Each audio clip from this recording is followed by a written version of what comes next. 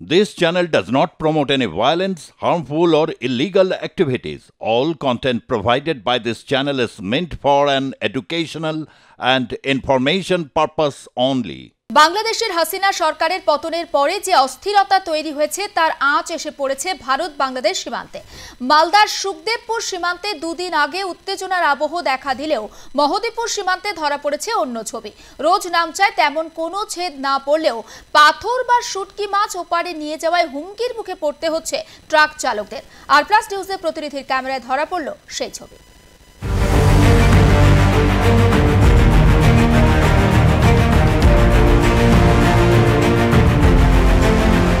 বাংলাদেশে অস্থিরতা শুরু হওয়ার পর থেকে যে সমস্যাটা তৈরি হয়েছিল সেটা হচ্ছে ভারত বাংলাদেশের বিভিন্ন যে বর্ডারগুলো আছে সেই বিভিন্ন বর্ডারে কখনো বিজেপি কখনো বিএসএফ তাদের মধ্যে চাপানুতর চলছে। কিন্তু এই মুহূর্তে আমি যে বর্ডারে দাঁড়িয়ে আছি এটা হচ্ছে মহদীপুর বর্ডার। মালদা জেলার মালদা শহর থেকে 15 কিলোমিটার মতো আসতে হয় এই মহদীপুর বর্ডার। এই যে বর্ডার আউটপোস্ট রয়েছে এখানে কিন্তু দেখা যাচ্ছে যে গাড়ি বা জিনিসপত্র নিয়ে যাতায়াতের যে বিষয়টি সেটা কিন্তু সুচারুভাবে চলছে। আমি এখন এই মুহূর্তে দাঁড়িয়ে আছি হচ্ছে ভারত বর্ডার বা ইন্ডিয়া বর্ডারের মধ্যে। এখান থেকে দূরে দেখা যাচ্ছে বাংলাদেশ, একেবারে বাংলাদেশের যে তাদের লেখা রয়েছে বাংলাদেশের স্বাগতম পোস্ট লেখা রয়েছে এবং প্রত্যেকটি গাড়ি এখানে চেক করে যাচ্ছে। কিছু কিছু প্যাসেঞ্জার বা কিছু কিছু পাবলিক যারা বাংলাদেশের নাগরিক তারা বর্ডার থেকে এপারে আসছেন, আবার এপার থেকে ওপারে যাচ্ছেন। অর্থাৎ এই বিষয়টি কিন্তু এখানে সুচারুভাবে চলছে। অন্যান্য যে বর্ডারগুলো রয়েছে সেসব বর্ডারগুলোতে কিছু সমস্যা থাকলেও এই মহদীপুর বর্ডারে তেমন কোনো সমস্যা নেই। আমি একটু দেখাবো, এখানে কাঁটাতারের বেড়াগুলো কিন্তু সম্পূর্ণভাবে দেওয়া রয়েছে। এবং আগে বলে রাখি যে আমি এই যে ছবিটা করছি এটা সম্পূর্ণভাবে বিওপি বা বর্ডার আউটপোস্টের কমান্ড্যান্টের পারমিশন নিয়েই কিন্তু আমি এই ছবি করছি। এবার দেখুন সামনে লেখা রয়েছে বাংলাদেশের স্বাগতম, অর্থাৎ ওপারটা সম্পূর্ণভাবে বাংলাদেশ। এই কাঁটাতারের বেড়া সামনের এইটুকুনি জায়গা সেটা জিরো ল্যান্ড বা বলা যেতে পারে ভারত বাংলাদেশের মধ্যবর্তী এলাকা, এবং তারপরেই বাংলাদেশ বর্ডার শুরু হয়ে গেছে বা বাংলাদেশ স্থলসীমা শুরু হয়ে যাচ্ছে। একটা জিনিস পরিষ্কার বলা ভালো, বাংলাদেশের যে সমস্যা সেই সমস্যার কারণে শুধুমাত্র পশ্চিমবঙ্গ নয়, আসাম, ওদিকে ত্রিপুরা, প্রত্যেকটি জায়গাতেই বর্ডার বা সীমানা এলাকাতে কিন্তু বিভিন্ন রকমের সমস্যা আছে। কিছুদিন আগেই আমাদের এই মালদার সুখদেবপুরে আমরা দেখেছি যে সেখানে ভারতীয় যারা রয়েছেন তাদের অভিযোগ যে বাংলাদেশ থেকে কিছু মানুষ এসে তাদের ফসল কেটে নিয়ে চলে গেছে। আবার কোচবিহারে আমরা দেখেছি সেখানে কাঁটাতারের বেড়া দিতে গিয়ে বিজেপির থেকে আপত্তি উঠেছে, ঝামেলা তৈরি হয়েছে। পরবর্তীকালে যদিও সেটা দুপক্ষের, একদিকে বিজেপি অন্যদিকে বিএসএফ, তারা নিজেদের কমান্ড্যান্ট র্যাঙ্কের অফিসাররা বসে কথা বলে সেই বিষয়টিকে মিটিয়ে নিয়েছে। এখানে কিন্তু কোনো রকম কোনো সমস্যা নেই। যেটা কথা বলে জানতে পারলাম, প্রতিদিন এই ধরনের ট্রাকে করে জিনিসপত্র বাংলাদেশে যাচ্ছে, প্রায় 40 থেকে 45টা ট্রাক তারা যায়, আবার বাংলাদেশ থেকেও ওইভাবে এখানে চলে আসে। আরেকটা জিনিস এই বর্ডারে ঘটে, সেটা হচ্ছে যে সাধারণ যারা নাগরিক, বাংলাদেশের নাগরিক, তারা ভারতবর্ষে আসছেন, এখান থেকেই সঠিক তাদের যা ডকুমেন্টেশন আছে সেই ডকুমেন্টেশন করে। আমি একটু দেখাবো এই যে আমাদের ভারতের যে বর্ডার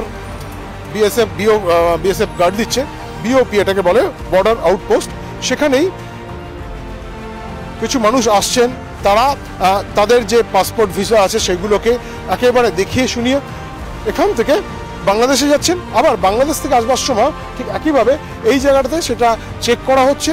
এই যে সামনের যে ঘরটা রয়েছে এখানেই মূলত সেই কাজগুলো করা হয় এবং এখান থেকে বাংলাদেশ যাওয়া এবং আসা সেই কাজটা সুচারুভাবে হচ্ছে। এখানে দেখতে পাবেন আপনারা যে একজন সাধারণ মানুষ রয়েছেন, তিনি সম্ভবত বাংলাদেশ থেকে, উনি কি বাংলাদেশ থেকে আসছেন না বাংলাদেশে যাচ্ছেন? ভারতীয় একজন নাগরিক, তিনি বাংলাদেশে যাচ্ছেন, তার যে কাগজপত্র সেইগুলো সব কিছু দেখে নেওয়া হচ্ছে। ফলে অন্যান্য বিওপি বা বর্ডার আউটপোস্টগুলোতে যদি সমস্যা থেকেও থাকে, এখানে কিন্তু তেমন কিছু বিষয় নেই। এক মিনিট একটু আসবেন, আপনার বাড়ি কোথায়? আমার বাড়ি এখানে গোলাপগঞ্জ। আপনি কি বাংলাদেশের না বা ভারতীয় নাগরিক? আপনি বাংলাদেশে কোথায় যাচ্ছেন? আমি সেখানে বাইলা দিঘি বলে, 0 পয়েন্ট বাইলা দিঘি। ওখানে কি করতে যাচ্ছেন? ওখানে আমাদের আছে, মানে আমার পিসির বাড়ি আছে, পিসির বাড়ি যাচ্ছি বেড়াতে। পিসির বাড়ি বেড়াতে যাচ্ছেন, এই যে সমস্যা চলছে তো জানেন বাংলাদেশের সঙ্গে ভারতবর্ষের, তো এরকম একটা সময় আপনার পিসিরা ওখানে আছেন, তাদের কোনো সমস্যা হচ্ছে? না, কোনো সমস্যা নেই। এর আগে আপনি কবে গেছেন? আমার সমস্যা হলে তো ওরা আমাকে ওখানে ডাকতো না। এখন ওরা এবারে কি করতে যাচ্ছে?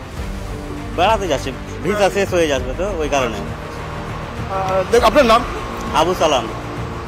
আবু সালাম। আবু সালাম, তার বাড়ি এখানকার অর্থাৎ ভারতীয় বর্ডারে গোপালগঞ্জে।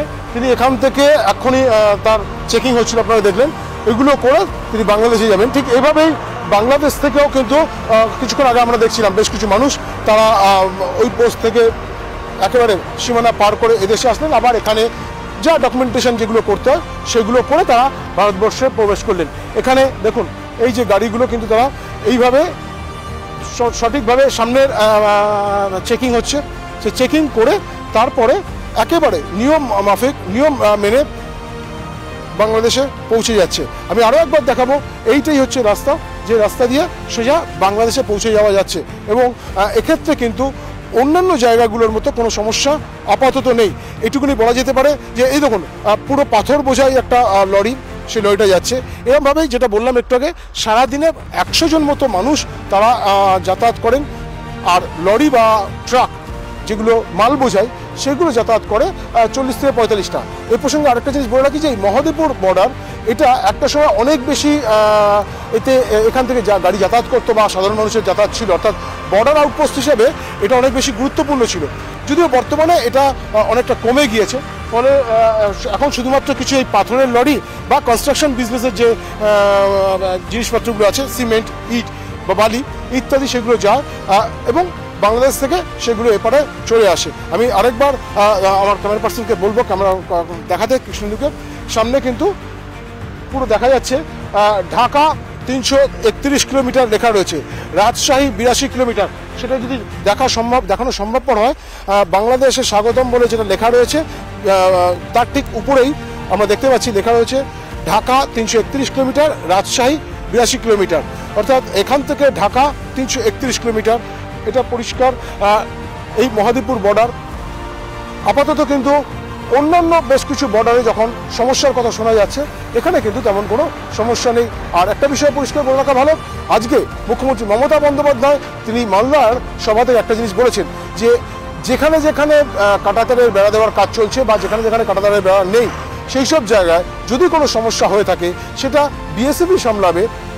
সেখানে সাধারণ মানুষ, গ্রামবাসীরা, ভারতীয় নাগরিক যারা বা বাংলার নাগরিক যারা, তারা যেন চলে না যায়, এটা যেন দেখার কর্তব্য। এবং মুখ্যমন্ত্রী এটাও বলে দিয়েছেন পুলিশকে যে তারা যেন মাইকিং করে বারবার করে বলে দেয় যে বিএসএফের যে কাজ, সেই কাজে যেন সাধারণ মানুষ গিয়ে নাক না গলায়। অর্থাৎ বিএসএফের কাজটা বিএসএফকেই করতে দেওয়া উচিত, এটা দেশের একটা স্বতন্ত্র বিষয়। এবং সেই জায়গা থেকে দাঁড়িয়ে দেশের সুরক্ষার প্রশ্নে যেন কোনো রকম কোনো সমস্যা ভারতীয় নাগরিকরা, বিশেষ করে পশ্চিমবাংলার যারা নাগরিকরা আছেন, তারা যেন সেই সমস্যাটা তৈরি না করেন, এটা মুখ্যমন্ত্রী মমতা বন্দ্যোপাধ্যায় পরিষ্কার মালদার সভা থেকে জানিয়ে দিয়েছেন।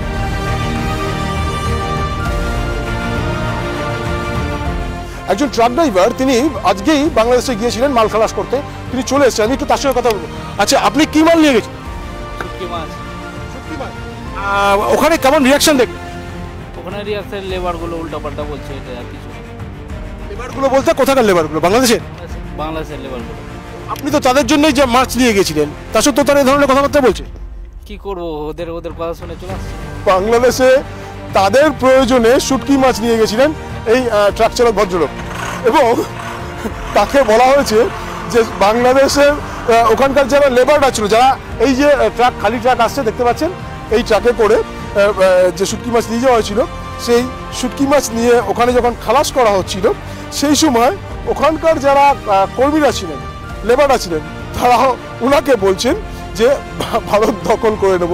যাই হোক, সেই উচ্চাকাঙ্ক্ষা থাকাটা কোনো অসুবিধা নয়, উচ্চাকাঙ্ক্ষী হতেই পারে যে কোনো মানুষ।